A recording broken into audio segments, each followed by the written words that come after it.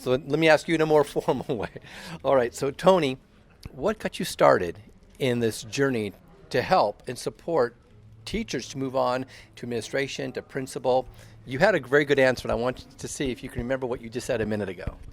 Well, I think back to my journey that I began as a teacher about 25 years ago, and how I had kind of a singular perspective of how the way worked, and like the lens in which I looked at the world. And through my teaching experience and getting to know students and families, my perspective changed from singular to multifaceted. And so I had a different understanding of cultures than I did, like when I was a kid.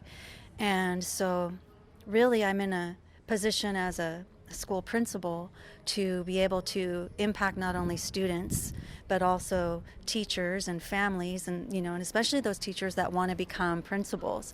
And so I've been very fortunate that I'm in a position to help train those people, because I really feel that if we have fantastic principals on our school campuses, not only do students get a better educational experience, but so do the teachers. Because if you have a great principal, you will work harder for that principal, and in turn the students really benefit.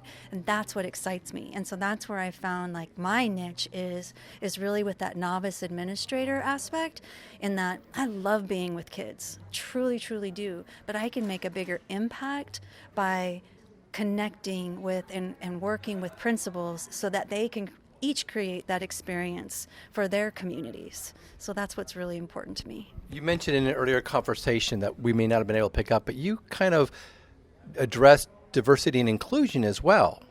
And you said something about it's not just important to invite them to the table, but to actually give them a part. So explain that a little bit. So to me, I think that different viewpoints, I find value in different viewpoints. And some people believe that equity means bringing people to the table or asking them to be a part of the conversation or to be on the committee. And I think that's a start. Asking someone to be on the committee is a start. But if we're really after provoking rich conversations, if we're really after understanding someone else's opinion, then we need to develop the authenticity and the trust that's needed, such that we can engage in those rich conversations. And when we have those conversations, then that's going to cause us to think differently, and it's going to cause us to think about other people's perspectives and how they see the world, so that when we approach different situations, we're not only looking from our lens, but we're considering other people's lenses as well. Do you have, by chance, a great story or an example of this that you've recently worked through that you want to share with us? A story related to kids or the TED Talk, or any of the experiences that you have. So we talk about bringing people to the table. You talk about making them feel included, listening to their voice, seeing things not through our eyes but through their eyes.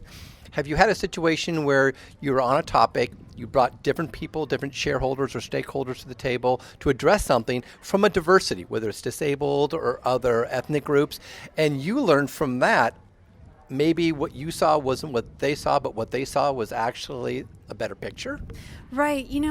There's so many instances. I'm very conscious about, like I said, my lens, and then also I'm a part of so many professional conversations where we're talking about equity, and we're talking about building our profession to be the best that it can be. And recently, I've been reminded that although I engage in this equity work and I have a diversity of people that are around me, that not everyone evolves at the same rate. And so it's necessary to continually remind people. It's like equity will always be a work in progress. So it's something I have to work on, and so do people of color or people with disabilities, because we're always, it's contextual. It's understanding someone else's perspective. And so when I think about, are we there yet? No. I still got more to learn, and so does everyone. If you're a person of color or someone with a disability, that doesn't mean you know it all. I don't know it all. We're all continuing to learn, and so we grow together. Is this your first TED Talk? It is. Is this your last TED Talk? It will not be my last TED Talk, and I'll Right tell you answer. why. Right I will answer. tell you why. Because I was so fired up. I was in the zone, and everything was going great. My voice, my pace. I thought I was I'm on fire. And then all of a sudden, it just stopped.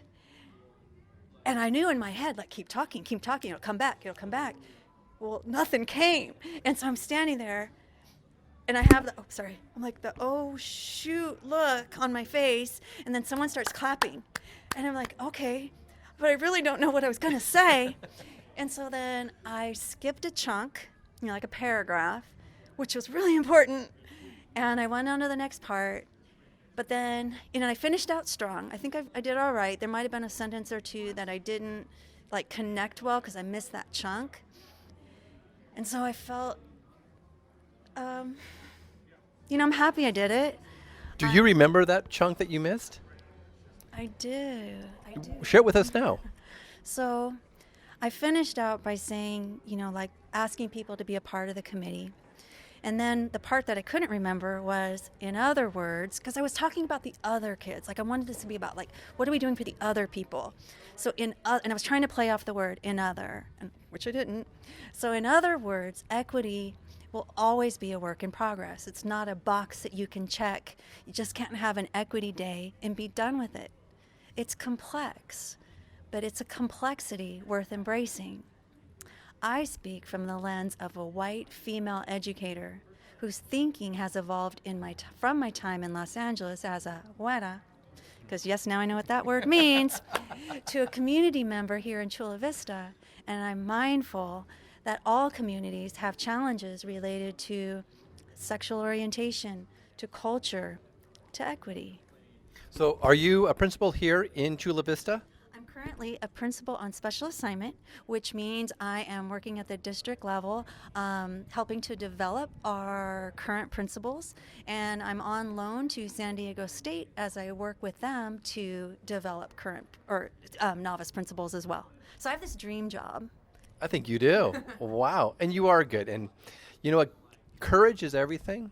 And the fact that this is not your last TEDx speaks volumes to your fortitude and ability to overcome. Even at your level as a principal, we all have stumbling blocks. But what do we teach our students? Exactly. You're human. It's okay. Nobody cares. And so, you want to do your best, but at the end of the day, you have an opportunity to go on. You have an opportunity to consider, what do I take from this? Did I enjoy it? What was the process like? How will I go forward? And I think that's, I knew this wouldn't be perfect. And this is just another, it's another sign that says, hey, it's okay. You don't have to be perfect. This is what this is all about. It's messy work. You don't have to do and say it all. There'll be more opportunities. I love that. So let's close with a big thank you to Antoine. I'm going to give you a chance to look at the camera and tell Antoine what you think of this event and him. I want to say that Antoine Lincoln has probably been, besides my husband, my biggest supporter throughout this journey. He has just selflessly listened. He has been the most patient person. That man is a true teacher in that he's so patient. And he would listen to me and just circle and circle and circle. And then he would ask me a question and he'd try to refocus me. And he never got impatient. And I so appreciate that. And so he's been my champion. He's been a cheerleader. And Antoine, I'm just, on behalf of not just myself, my family, our students in Chula Vista, but this whole community, we thank you for doing this for all of us because you are truly making an impact in Chula Vista. Could not have said it better myself.